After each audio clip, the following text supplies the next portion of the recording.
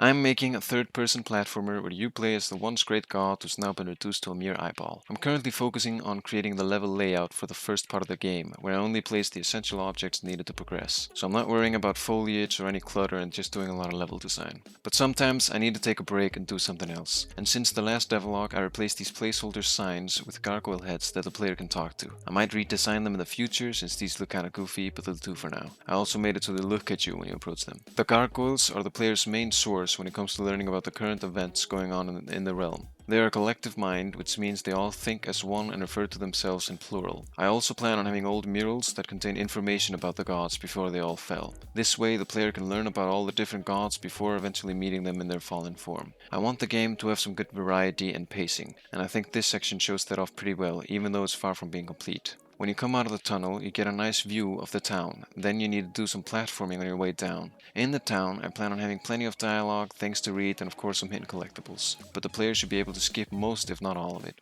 Then, on the other side of the small stone bridge is a puzzle area, though at the moment it's hardly a puzzle since all you have to do is push an object off a cliff to break it, which powers off the magic barrier by the long bridge. Then this section ends with a big set piece on said bridge, but I'll talk more about that in a future devlog. I will also go over and redesign all the puzzles once the first part of the game is complete, since right now the game is still lacking some of the mechanics I might want to use for these puzzles. This is just the most basic version of the town. The buildings are not final, especially the doors, and the layout is temporary. I just quickly put this together to get a better feeling of how it's going to look and play. I'm still not completely sure about how big or small I want it to be, but I think this is fine for now. I also plan on having some elf residents, but since the realm has fallen into madness, they won't be too jolly. Not hostile towards the player, but depressed and some even suicidal. I might not want to go that far with it though, but we'll see.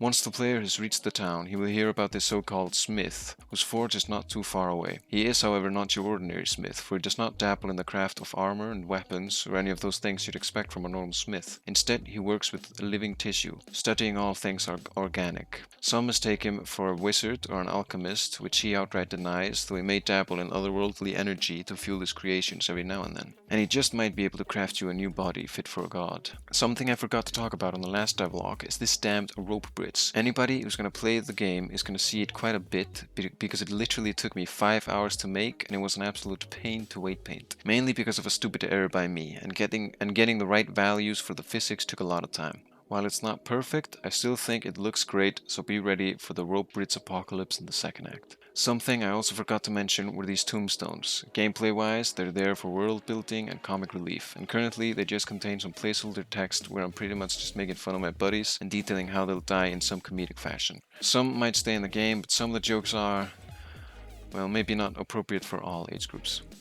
And the final thing I want to talk about in this devlog is something I feel like I kinda messed up in the last one. The last devlog was literally titled Making a 3D Game with Only One Texture, and I only talked about that specific subject matter for like 10 to 15 seconds or so. So I'm gonna go a little bit more in depth on that now. Most games have one or more textures for each model or object. However, many games also use what's called a texture atlas, where you put a bunch of textures in one big image file that you can then apply to more than one object. This way, you lower the amount of materials needed in the game, which can lead to better performance, since you don't need to load or unload as many materials as you would otherwise. But I took this to the next level, where I'm just using one texture or image file for all the objects in the game. And then I took it to an even higher level, as in the big texture that I'm using, is just 64 by 64 pixels, which is why all the objects in the game are so pixelated. What I find to be the coolest part about this is the file size of the game is super small, somewhere around 50 megabytes. And if you don't know how small that is, 1000 megabytes is 1 gigabyte. So yeah,